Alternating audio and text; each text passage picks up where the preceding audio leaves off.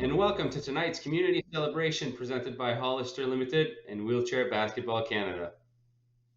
Bonjour et bienvenue à la célébration communautaire présentée par Hollister Limited et Basketball en fauteuil roulant Canada. Je m'appelle Hélène Alors et je suis paralympienne en basketball en fauteuil roulant et maintenant entraîneur.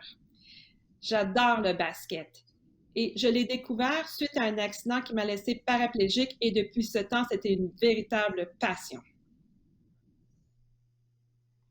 And I'm Brian Danjou, a regional manager for Hollister Limited.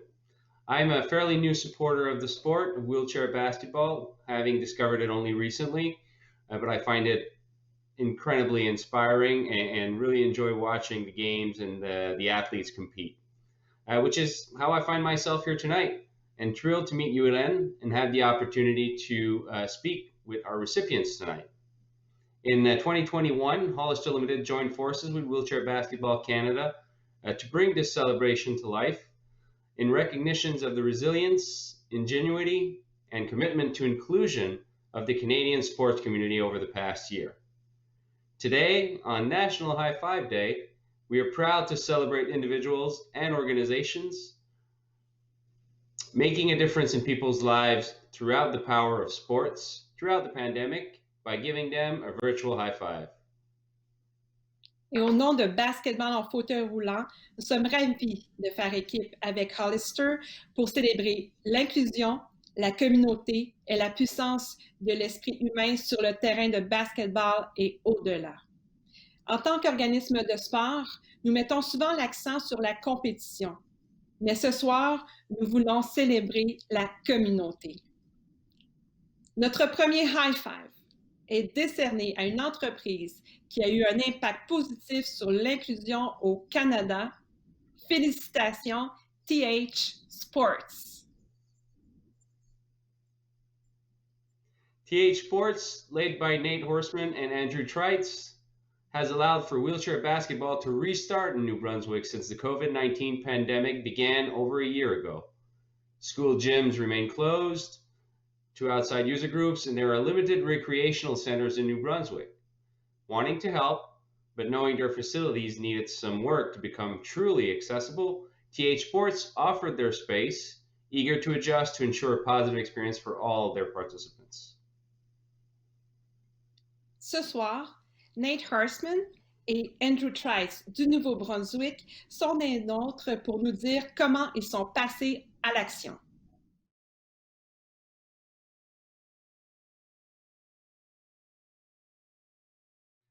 Good evening and welcome, Andrew and Nate from TH Sports Group.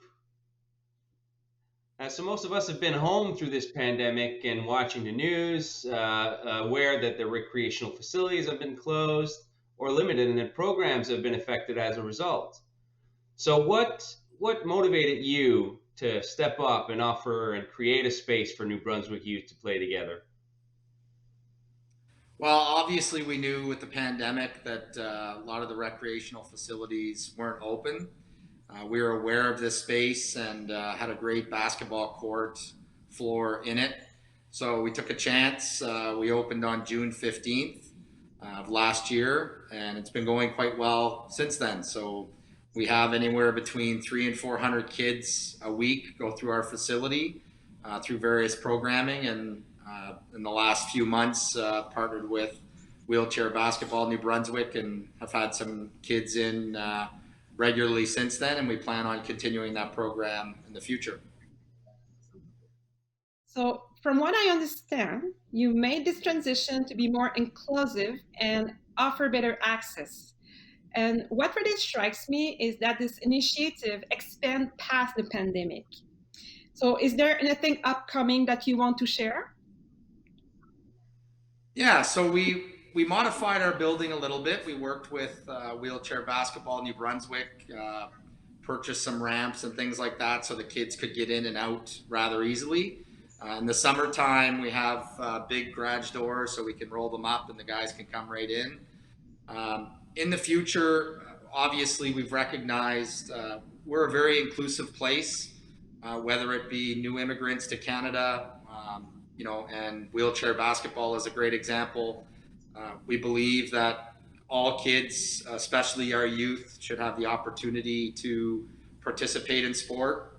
And this partnership and we'll call it mutual respect of the game of basketball has grown, and we foresee this partnership continuing for as long as they want to play here. So we're happy to have all athletes here, able-bodied and paraplegic type athletes, and wheelchair basketball obviously fits what we're doing here.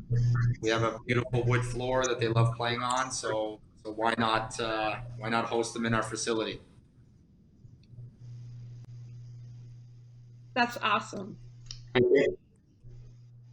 Yes, absolutely. Thank you so much for sharing, Andrew and Nate. And congratulations on your virtual high five. And keep up the great work. We're really grateful that organizations like yourself are lending a hand during these difficult times. Thank you. Yeah, thank you for the recognition, and you guys keep up the great work as well. There's lots of people doing great work across the country to keep our kids going. Obviously, the pandemic has offered challenges for our youth and for everybody, but showing a little bit of perseverance and a little bit of creativity, we can all get through this, and I think brighter days ahead. So thank you for the recognition, and on behalf of Nate and I, we really appreciate it. Alors, Brian, continuons notre célébration de l'inclusion avec notre prochain high five décerné à un bâtisseur communautaire, qu'il s'agisse d'une personne ou d'une entreprise, qui a un impact positif sur l'inclusion au Canada en 2020. And tonight's recipients showed their support for inclusion in many ways, specifically opting to fund inclusive initiatives. Through its Sports Relief Fund, Canadian Tire Jumpstart Charities empowered the Pacific Institute of Sports Excellence in Victoria to secure a fleet of sports wheelchairs, which has been used to help train staff to better deliver adapted sports programming to their classrooms and in the community. De plus, le financement a permis au Pacific Institute for Sport Excellence de Victoria d'offrir des séances d'entraînement hebdomadaires à ses athlètes juniors de basketball en fauteuil roulant qui visent les Jeux d'hiver du Canada de 2023. Afin de donner des cours, des entraîneurs contractuels ont été embauchés pour la présentation de plusieurs séances virtuelles chaque semaine au lieu de camps d'entraînement en personne. And Hélène, we have a short clip that just scratches the surface of what the support of Jumpstart Sports Relief Fund means to organizations across Canada.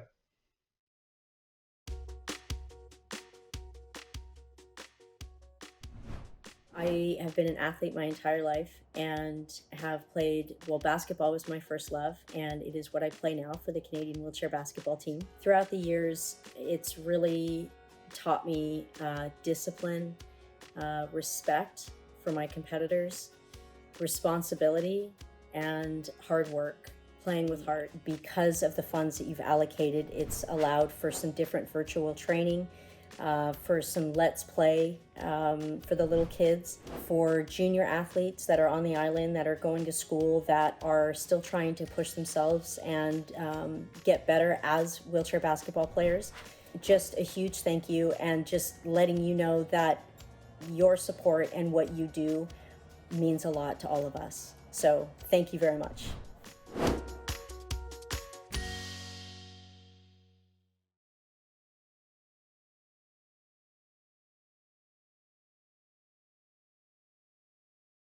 So Marco, welcome. Thank you for joining us. Thank you. Honored to be here. So Marco, Jumpstart Sports Relief Fund was launched in 2020 to help sports and recreational organizations impacted by the pandemic continue to deliver programming in 2020. We chatted a bit about the funding that Victoria received, but funding went out across the country. How did you identify the need? How did you go through the application process and the actual delivering of the funds so quickly? That's a great question, Brian. We spent most of the year, as soon as the pandemic hit in March and everything got shut down, we spent most of that middle part of the year listening, engaging with our grantees across the country to understand what they needed to really sustain the delivery of programming, or even just to keep their doors open, quite frankly, because we knew this prolonged cessation in programming might have gone on indefinitely throughout 2020.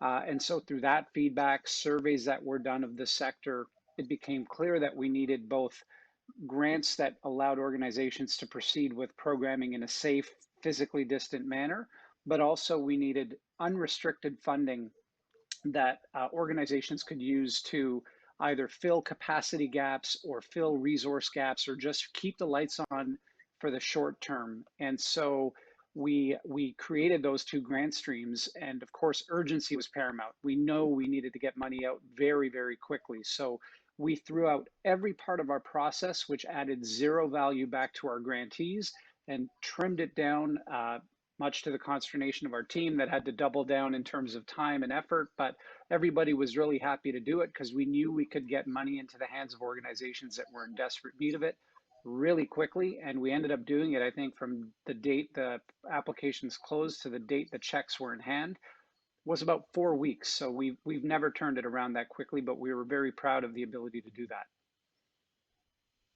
It's very Wow. impressive. Et bonjour Marco.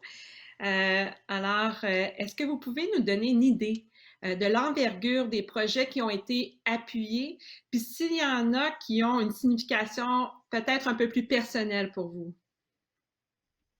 Oui, certainement, Hélène. On a appuyé un grand nombre de programmes qui ont été capables de continuer à engager avec des enfants partout à travers le pays dans des façons sécuritaires. Alors, particulièrement des programmes qui engageaient avec les enfants à l'extérieur. Alors, le soccer, la crosse, etc., qui ont pu fournir des programmes pour les enfants à l'extérieur dans des façons sécuritaires. En plus de cela, on a pu appuyer beaucoup d'organisations à travers le pays avec des fonds non spécifiques pour qu'ils puissent garder les portes ouvertes en termes simples.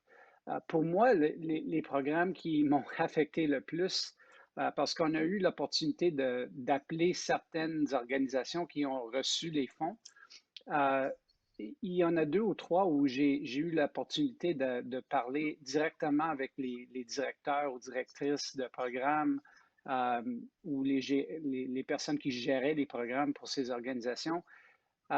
Puis le moment où j'ai dit vous avez reçu ou vous allez recevoir des fonds de la Fondation Bon Départ, ils ont commencé à pleurer, à broyer. Ils étaient tellement contents parce que ça signifiait la différence entre fermer les portes définitivement ou être dans la position de pouvoir continuer avec leur organisation.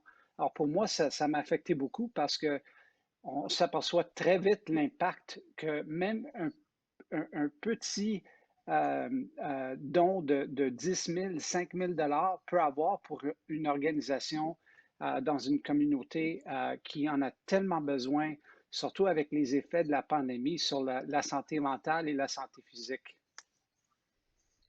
Oui, c'est tellement inspirant, puis de sentir que vous avez pu faire une telle différence. Félicitations encore à Jumpstart. C'est vraiment incroyable, puis c'est un privilège de vous avoir là, ici parmi nous ce soir. Merci, c'est un très grand honneur de recevoir votre encouragement et on vous remercie et continuez à faire le beau travail que vous faites dans la communauté. C'est tellement important en ce moment pour tous les participants d'avoir une opportunité de participer dans l'activité physique et dans le sport. Merci énormément pour tout ce que vous faites. Canadian Tire Jumpstart Sports Relief Fund was not the only group helping organizations find ways to restart. We would like to make a special mention of the work of the Sports Information Resource Center, known to most as CIRC. Le Centre de documentation pour le sport, SIRC, a trouvé son propre moyen d'aider les organisations à redémarrer tout en traitant davantage de l'inclusion grâce à son initiative de subvention de jumelage. Le programme a pour but d'appuyer la collaboration entre les chercheurs et les praticiens et met l'accent sur le soutien de l'équité des genres dans le sport canadien. These grants play a role in bringing inclusive projects to life, making this CIRC project deserving of a closer look. And the findings of this research we're going to use to continue to make sure that our programs are developmentally appropriate so that we are supporting long-term athlete development in the best way possible. We understand badminton a lot better, and we could then now understand other sports as well using the types of tools and the strategies that we've been able to develop together. The partnership was brilliant for us. It was great to have an organization in the community that were interested in research and really interested in taking part. And what we found is that that's brilliant for then using the results and feeding the results back to the organization.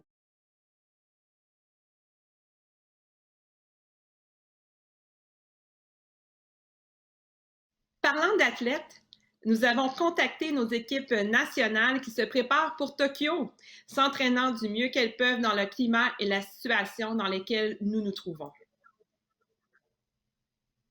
After months and months of being apart, some were finally able to attend a training camp last month where they played 5-on-5, actually physically passing a ball down the court. Let's watch. So it's really great to be back here as a team. We're getting ready for the final push for Tokyo. I think it's great to be able to play 5-on-5 again. Playing one-on-one or playing by yourself would not really cut it.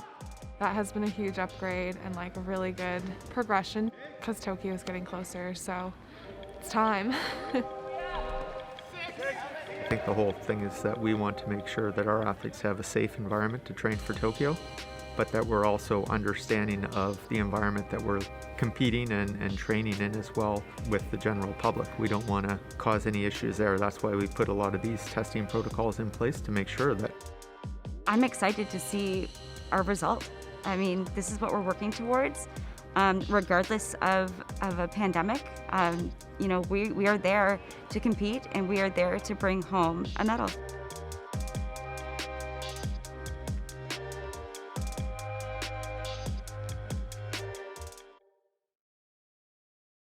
Ça me donne des frissons.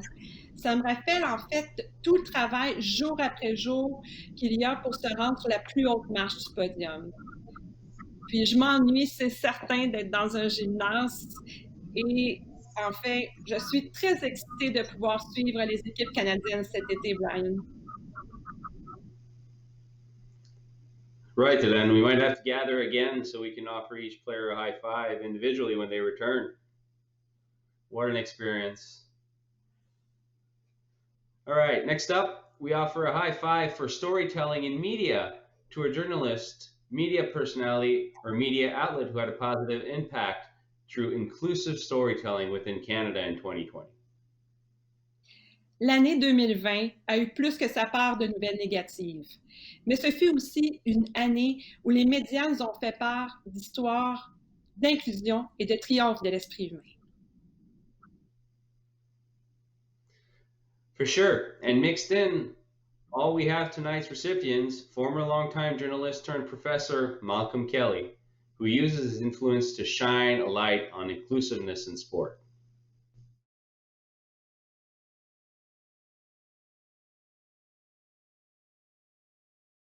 Hi, Malcolm. Welcome. Thank you, sir.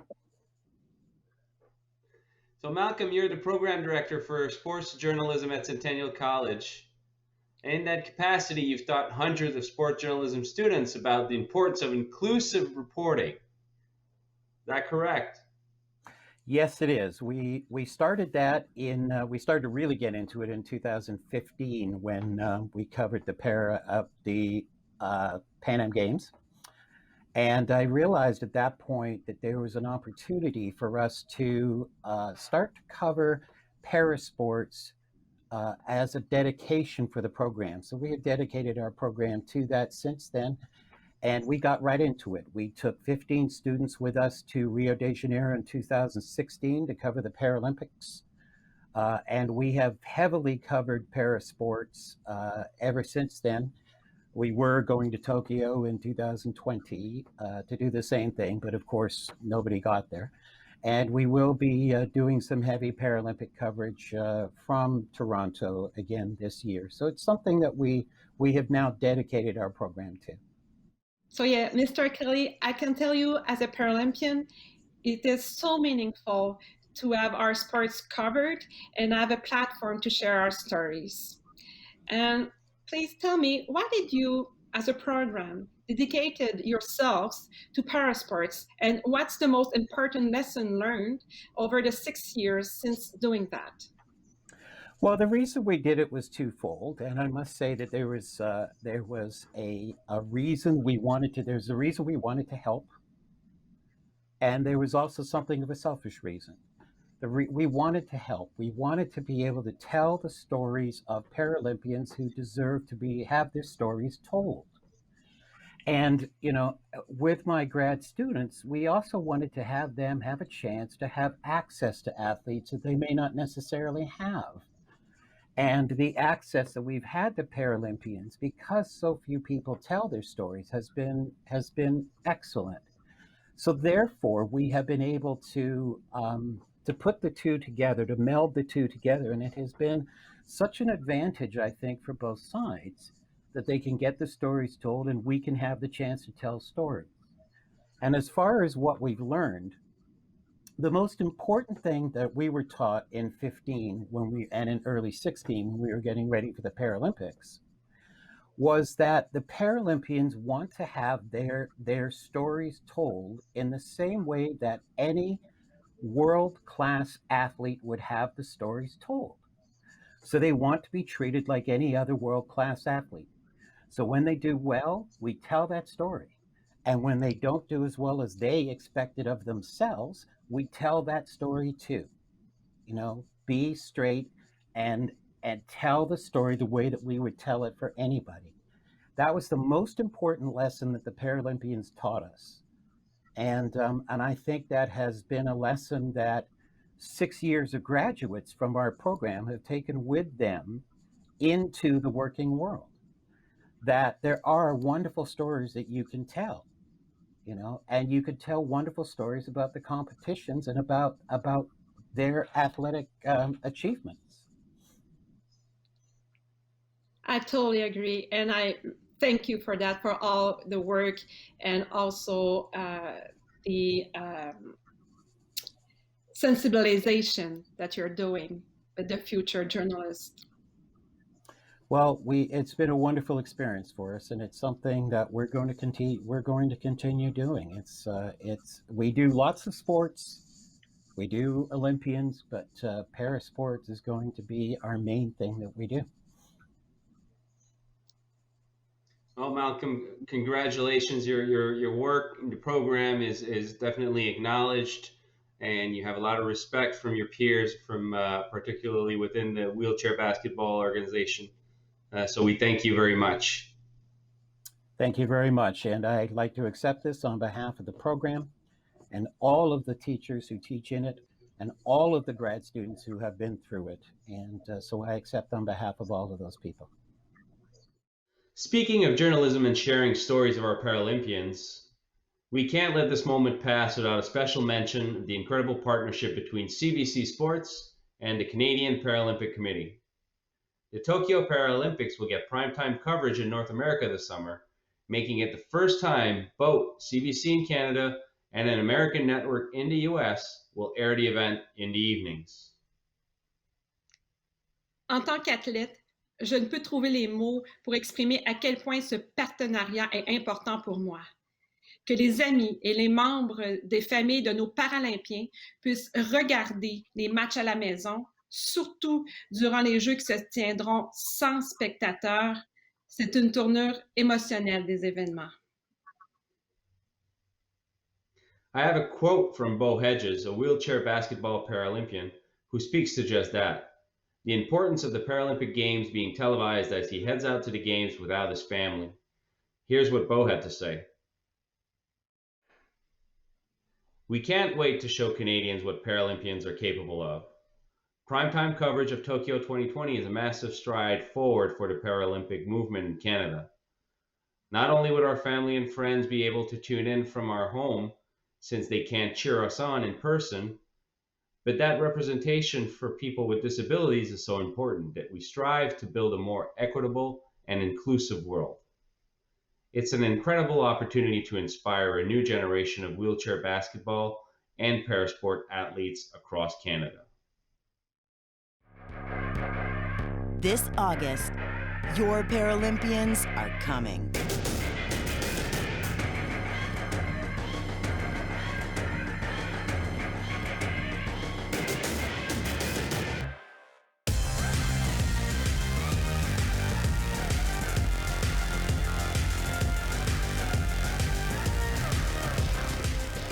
The Paralympic Games start August 24th on CBC.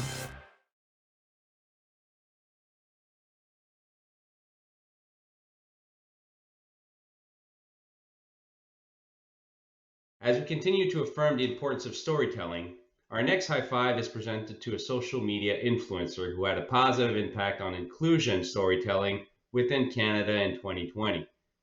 Our recipient hopefully is known to you, and if she isn't, she will tonight.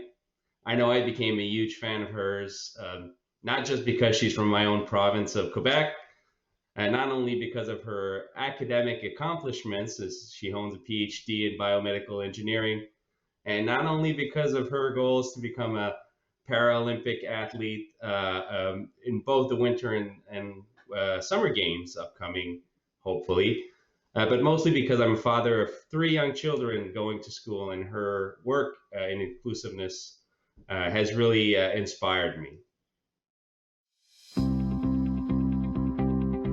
Pour moi, c'est vraiment redonner aux jeunes. Je pense que j'ai déjà été dans une situation justement avec l'intimidation quand j'étais plus petite. C'est vraiment comme un honneur de se voir justement dans un livre, puis surtout que c'est un livre éducatif pour les jeunes.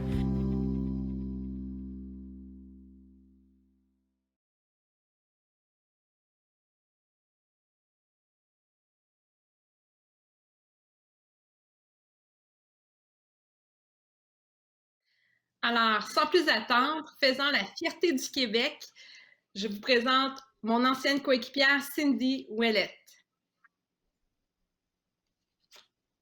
Hey guys! Allô! Alors Cindy, tu es une double paralympienne en basketball en fauteuil roulant et en ski paranordique.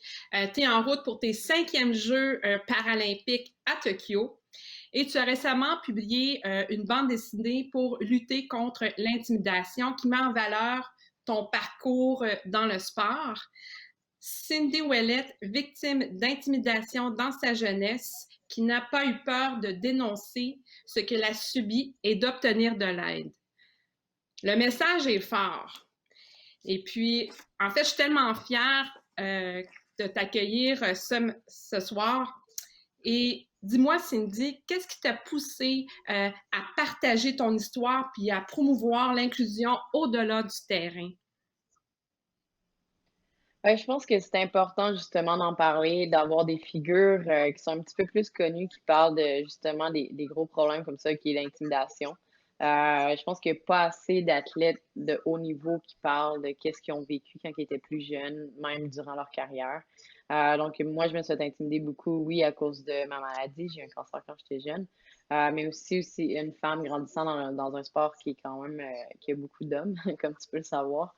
Fait que je pense que c'était vraiment important pour moi de justement être un espèce de petit modèle de motivation pour les jeunes, justement, de pas lâcher, de pas abandonner, même si on se fait intimider. Puis justement, si on est victime d'intimidation, c'est ultra important d'en parler. Puis si on est témoin d'intimidation aussi, c'est important d'aller en parler aux adultes ou à des entraîneurs.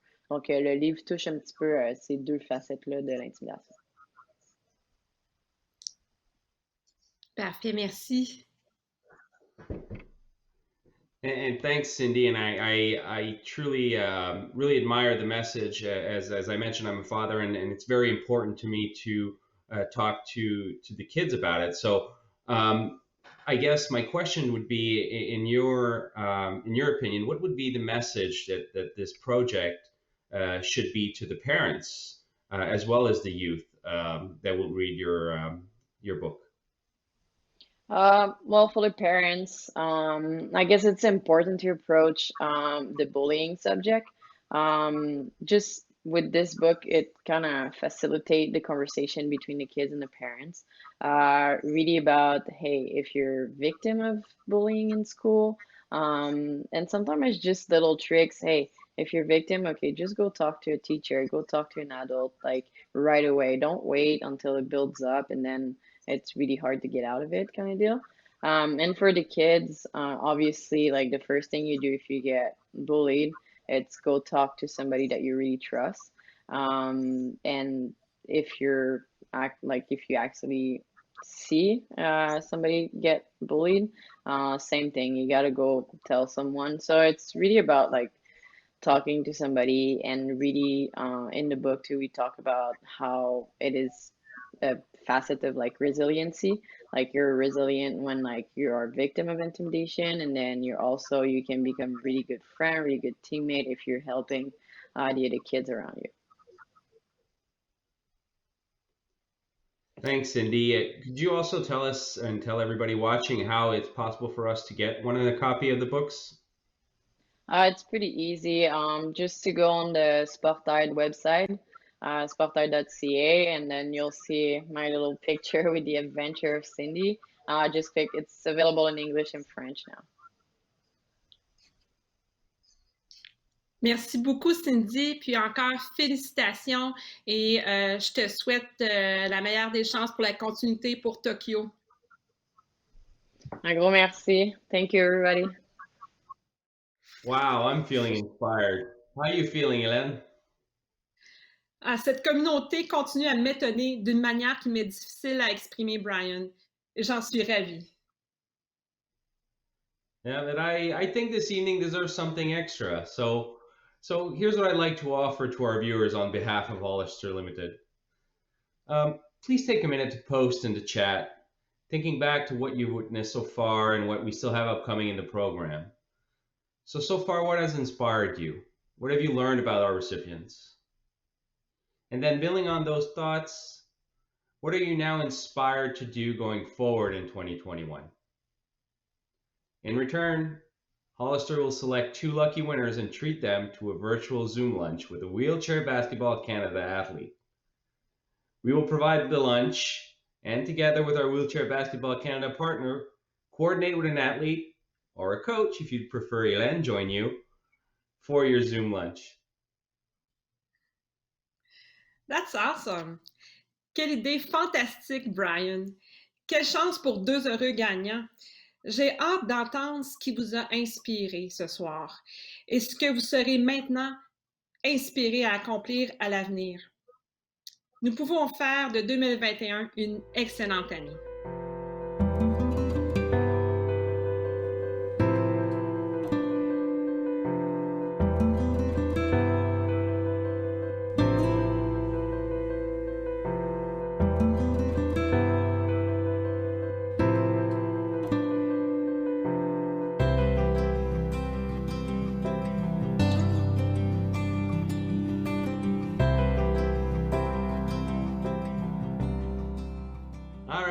Let's get back to our high fives. Over the past year within the Canadian sports community, we've seen and heard stories of outstanding individuals and groups making a difference in their communities amidst the COVID-19 pandemic. There are countless stories about people worthy of recognition and a hearty high five. You helped us find some of them. Vos candidatures dans cette catégorie étaient tellement fortes que notre comité de sélection a décidé d'attribuer 4 high five. Comment pouvions-nous dire non? Hein? On ne pouvait pas. That's right, Hélène. Our first recipient is Sports for Life. This group has been busy. They conducted a national survey on the impact of COVID-19 on local sports organizations nationwide. And they also published their results to share their data with Canadians. They developed a series of short videos called Physical Literacy at Home that help support parents, guardians, and kids to develop physical literacy at home during the COVID-19 pandemic. Great content and tons of fun.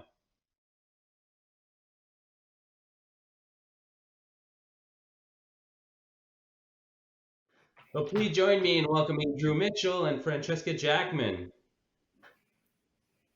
Hello. Hi, how are you doing? Hi. Okay, thanks for joining us. So first question for the both of you, could you please tell us more about this research and what the findings and surprises, and maybe what are the key learnings that you want to highlight for us? So I'll field that one. Thank you so much for the question. So back about a year ago almost to today, we came across some research when the pandemic was starting to really have an impact on all facets of life. Came across some research that was done in Calgary through Sport Calgary under the leadership of Katrina LeMaydon. And her research was basically a survey conducted to the membership looking at the impacts of COVID-19, particularly on the local sport organizations in that jurisdiction. And our CEO, Richard Way, made the decision that we should do the survey on a nationwide scope and take what was done in some of the jurisdictions throughout Alberta at that point and really expand it to the national frame to basically make a case for local sport organizations in terms of considerations for COVID-19 impacts and future funding decisions. So through our executive services department, we basically adapted the survey that was conducted through Sport Calgary to a national scope. We conducted it in French and English and received about 1,300 responses from serving more than 4 million members collectively across the country, all from local sport organizations who had expressed impacts of COVID-19 on their operations and their finances. So it was a really eye-opening experience. I would say in terms of the learnings and surprises, it confirmed a lot of the suspicions or speculations we might have had. So what it really did for us was just provided that concrete qualitative and quantitative analysis that would have been needed to support some of the claims that we were making at the national level in terms of that impact and considerations that were needed not only for high performance sport, but for amateur sport. I won't go into detail about the findings, but the reports that we did are all available on our Sport for Life website on the COVID-19 page. But one of the things that was really unique about the local sport organizations is that they're predominantly volunteer-led, and that has a huge impact on their ability to apply for some of the relief measures that were offered at the beginning of the pandemic. So one thing that was really positive through the survey was we saw a lot of organizations sought to collaborate and engage with one another to try and overcome some of the hurdles they were experiencing, which was great. And there was a lot of really positive engagement with Sport for Life, where local sport organizations were starting to look to us to act as a leader and advocate at the national level on their behalf. So that was quite positive, as well as from some of the government individuals and others in the sports sector who are in decision-making positions who then started to look to the research to be able to inform some of the efforts that they might lead to build back better in their jurisdictions. So that was all really great. We also saw a lot of additional surveys that came out that focused more specifically on other areas such as the inequities in the sports sector or accessibility considerations, all of which led to us being able to be a part of and contribute meaningfully to these conversations that we're having about building back better post-COVID-19. So I'd say the big takeaway for us was just seeing how important that research seemed to be for the community, and just a lot of the really great engagement that we had from our partners and other organizations in the sector, showing that we're all really invested in quality sport and physical literacy experiences for everyone. Thank you, Francesca. Thank you very much for pulling back that curtain and for solid data on what's happening during the pandemic for sports. I think that's very very helpful and interesting, and certainly has been noticed. Thank you. So there are videos, and the videos are fantastic, and I encourage everyone to visit your site and take a look. This must have been a fun project, a lot of work, but fun and different. So please, Drew, how did it all come about? Well, the idea was actually the genesis of one of our staff members, Kabir Hussain, and his kids who were stuck at home. And he suggested that we probably could do some videos of them doing activities at home. So we pulled together our internal team and with our physical literacy lead, Jessica Waterman, who acted as the teacher on the video. She led the introduction of each of the skills and what it was and why you would do it. And then the kids, Kabir's kids, would actually do all the different activities. Now, one of his older kids and one of his younger kids each did it, so it showed the different level of ability for each of the kids. And also there was a boy and a girl. And so it really did provide, and they did it in their living room. And Kabir just videoed it right in their living room. And these things could easily be transported out to the outside of their building. They live in an apartment building. So it showed the portability of it, that you could really do this stuff anywhere and have some fun, and the kids could still be developing some physical literacy while at home. Well, that's an awesome and really great initiative. Congrats again for all the great work. Thank you very much for recognizing our work. Our next group to celebrate is the Canadian Sports Institute Ontario, known to most as CSIO, a group that provides multi-sports daily training environments for athletes, coaches, and practitioners. And they're also a key contributor to Canada's Olympic and Paralympic podium performances. En tant qu'athlète, je peux confirmer que nous dépendons du soutien de l'Institut canadien du sport de l'Ontario, et ce fut particulièrement important pour moi d'apprendre que ce groupe maintient ses valeurs, surtout en ce qui concerne la création d'un environnement favorable.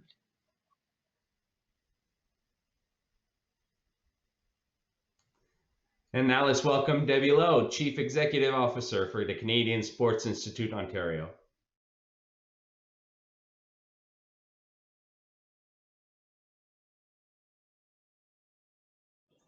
Well, welcome, Debbie. Nice to meet you.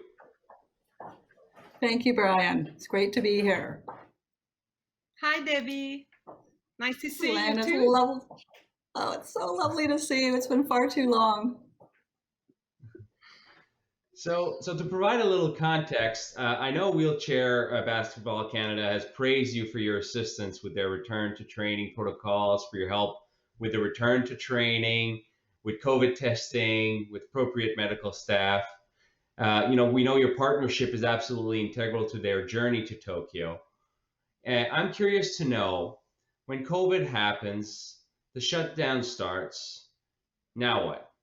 What did this mean for your team and how you went about managing the sports clients? First, a huge thank you to Wheelchair Basketball and especially to Jeff Dunbrack for this recognition. When COVID shut us down over 13 months ago, we had two immediate concerns as an organization supporting high performance athletes. First, how can our team continue to support our Olympic and Paralympic athletes through this mandatory shutdown? And secondly, how can we get our high performance facilities back open in a safe way following all provincial health measures? So we pivoted and we started to deliver our services virtually, including our strength and conditioning sessions, our medical sessions, and as well, we lent some of our equipment to athletes where possible. In order to get our high performance facilities reopened, this required lobbying efforts and many meetings with our provincial government officials, letters of support from our national partners, and basically a full court press to get this done.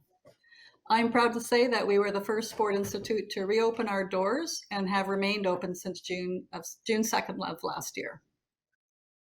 Debbie, I've already experienced as an athlete working with the CSIO team before. And I can tell you this team is so dedicated and professional. And I'm sure Wheelchair Basketball national team athletes are extremely grateful that you could make possible those precious hours of training, especially on the road to Tokyo. And now, discovering leadership is certainly a byproduct of this pandemic, right? And leadership involves risk management and stress and new environments. So was there a positive discovery or new way of operating that came from this past year that you might feel stick around as we move forward? That's a great question, Hélène. My leadership mantra has always been and continues to be the only thing that is constant is change. So the relentless pursuit of excellence is what high performance athletes are all about. So we demand that of ourselves as well. So working in a high performance environment is fast paced, as you know, and requires you to be flexible and adaptable, and also at the times to be uncompromising. I would say that over the past 13 months, I have learned to be more flexible and adaptable to things like staff working from home. And I do see that this practice can stick around, at least for some staff, as we move forward. So I think that would be really the big learning and the big takeaway. You know, I was always so much about, you know, you got to be there, we got to support our athletes, but I think we do realize now that there's so much more that can be done just as effectively and efficiently. Thank you, Debbie. Congratulations again. It was great to meet you. Great to hear from you, and thank you for all the great work you've been doing. And we wish you all the best. Wonderful, thank you. If I could finally say that best of luck to our men's and women's wheelchair basketball team in Tokyo, and go Canada, go! I don't think that we can talk about the sports climate in 2020 without a special mention of the work that the team at Canada Basketball has done to support the Black Lives Matter movement. They took advantage of their COVID-19 downtime to shift focus and shine a light on a movement that held great meaning to their entire organization, which was seen not only through their engagement, but also through the actions of many of the staff, players, and coaches. They said it best when they listed their participation in the BLM movement as #1 on their top 10 moments of 2020. Leur engagement envers la lutte contre l'injustice raciale et le racisme systémique est important. En tant que Canadienne, je suis inspirée par leur promesse de changement positif relativement au sport sécuritaire. C'est inspirant. Activisme dans le combat contre l'injustice raciale, le racisme systémique et les violences policières. Les joueurs, entraîneurs et les membres du personnel canadien ont démontré sur et en dehors du terrain leur engagement dans le combat contre l'injustice raciale, le racisme systémique et les violences policières en 2020. À la suite de la mort de George Floyd, Breonna Taylor, Jacob Blake et d'autres, les membres de la famille Canada Basketball ont utilisé leur plateforme pour parler des problèmes sociaux importants.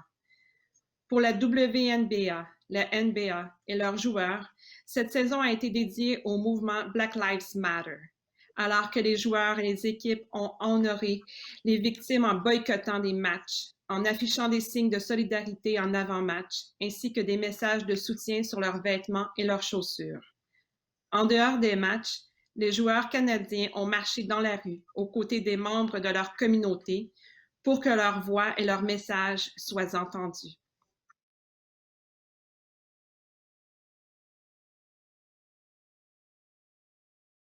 Passons maintenant à mon sport favori. Oui, j'ai peut-être un penchant pour le club de basketball en fauteuil roulant, les Vipers de Burlington, que je suis ravie de célébrer. Through Chris Chandler's leadership, the Burlington Vipers have done an excellent job of withstanding the difficult pandemic conditions, creating new ways to continue programming and to keep top of mind the sports as the year went on. So Chris, your nomination came with a whole list of ways you kept moving in 2020, each one deserving a mention.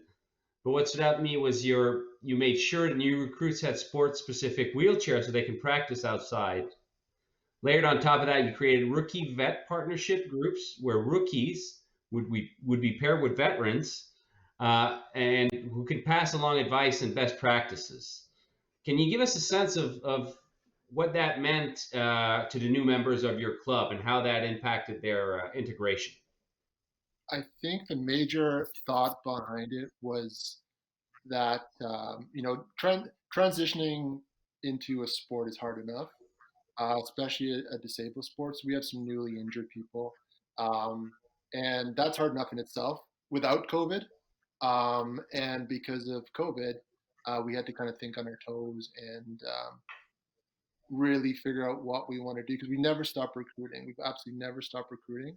So all of a sudden, in the spring, late spring, we had four new potential athletes, and we had an option. Well, there was so much uncertainty at the time. We had the option, right? We could wait and see what the landscape was in September, or we could act accordingly and get them some equipment. And just in case COVID lasted longer than September, which it did, unfortunately. So we have an equipment manager. We have a lockup facility, so we just met people there. If they couldn't meet there, the equipment manager would drop up chairs, and that was the big thing, getting them in sports chairs, because it's a whole different ballgame, right? When in a good sports chair, it's night and day. And then with the mentorship, this was something. It was just, quite honestly, it was a conversation we had, and we were just thinking, what can we do to, get some of these guys have never played basketball, maybe not even sports, I don't even know, but I guarantee they didn't play basketball. So we're like, okay, so wheelchair basketball is pretty tough to get into right away. What could make their transition a little bit easier? And just through conversations having with athletes and other assistant coaches, we said, and one day I was just watching an NBA program, and they mentioned, one of the interviewers mentioned, oh, my veteran was blah blah blah when I first started. So the light bulb went off, and I think, why can't we do that? And why hasn't that been done before? And so that was the thought process behind it, almost by accident. And we just wanted to honestly just make their transition into the sport a lot easier. And I know on different levels. I know, Alain, Melanie always says how influential you were when she first started. So there was precedence that on the national team, Melanie Hawton, one of our national team players, and she just joined. I don't remember when the World Championships were in Toronto. I don't even remember what year that was, but I think 2015, 2014 maybe. 14. I was close. And she always mentioned how great Alain was when she first started. So it's that wasn't part of the thought process, but once we started talking about it, Melanie brought that up. So it was just kind of cool how it all happened, to be perfectly honest with you. I'd love to say there's a great master thought plan behind it, but it was just conversations and just trying to figure out how we can better serve these newer players. Well, thank you, Chris, and thank you, Melanie. I miss you. Yeah, it's one of my former teammates, and that's really heartwarming to hear that you can have an impact on the young upcoming athletes, the next gen, we like to say. I'm going to ask you a question in French first, but then I'm going to translate it just to make sure. So, otherwise, the answer will be very short if it's just in French. So please do. Alors, Chris, let's try. Alors, Chris, créer un plan de retour au jeu représente une énorme quantité de travail. Et ce n'est pas quelque chose pour lequel tous les clubs ont la capacité et surtout les ressources voulues. Comment avez-vous trouvé les ressources? So, Chris, creating a return to play plan is an overwhelming amount of work, and not something all clubs had the resources and ability to do. So how did you do to find the resources? It was a complete team effort. We had buy-in from everybody. Our directors were on board financially and supportively. I'd have to mention our team manager, Heather Harfleet. She organized. I am not an organized person at all, and she is. So she made sure that there was a schedule in place for athletes, make sure we didn't go over our quota of players in the gym, and distribution, easy for me to say, distribution of information. So every athlete was well aware of what the guidelines were weekly and what needed to be done. She was amazing, is amazing. My assistant coaches, they were invaluable. They made videos for athletes, the younger athletes, saying, "Hey, this is the proper way to push your chair. This is the proper way your shooting mechanics, right?" And they did that.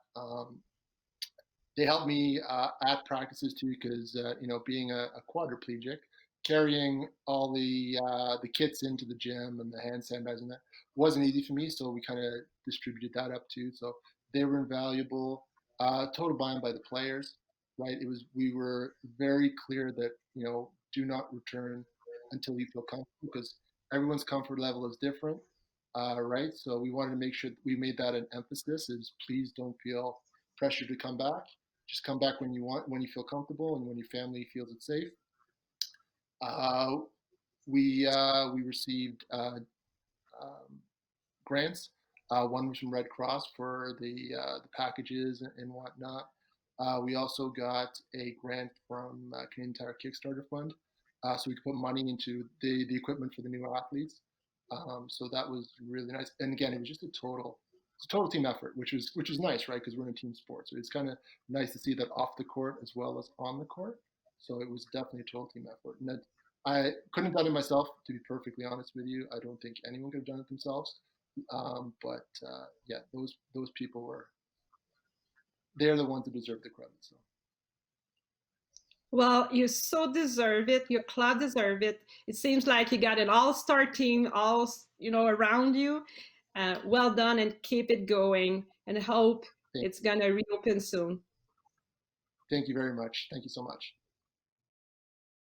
Alors, faire partie d'une équipe, mais s'entraîner seul pour ce qui pourrait être le plus grand événement sportif de votre carrière doit être difficile.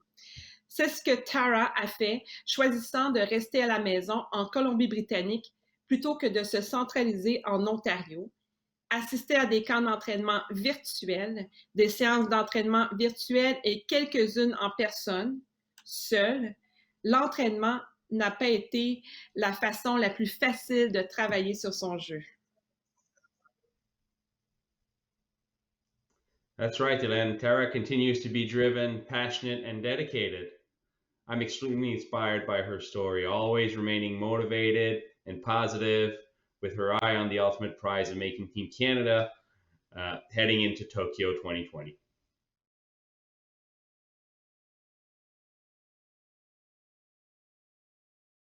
Hi, Tara. Good morning, Elaine. I'm so thrilled to speak with you. Actually, I know what it means to be 4 months out from the games and the pressure you might feel. I don't know how it feels, though, to have the extra weight of coming off a global pandemic.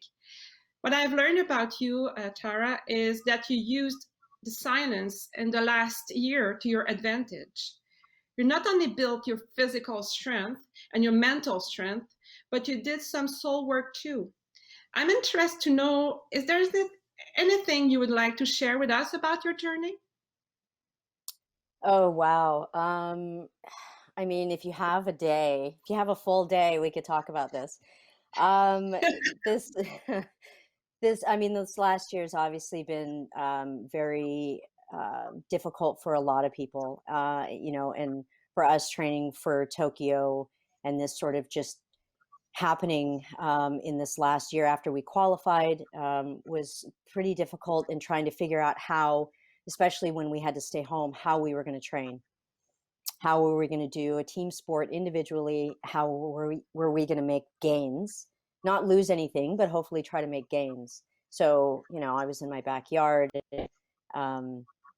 doing drills that were with no ball, no hoop, trying to visualize a lot, which was great because that was, I think, something that I needed to work on. It was a part of the game, my game, that I needed to work on, as well as setting up my ball chair in my living room and setting them up as rollers, so I had no resistance.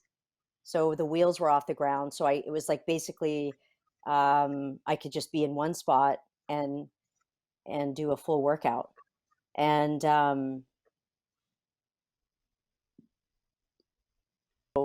there were things about my game that I needed to really work on that I don't know if I would have worked on had there not been a pandemic.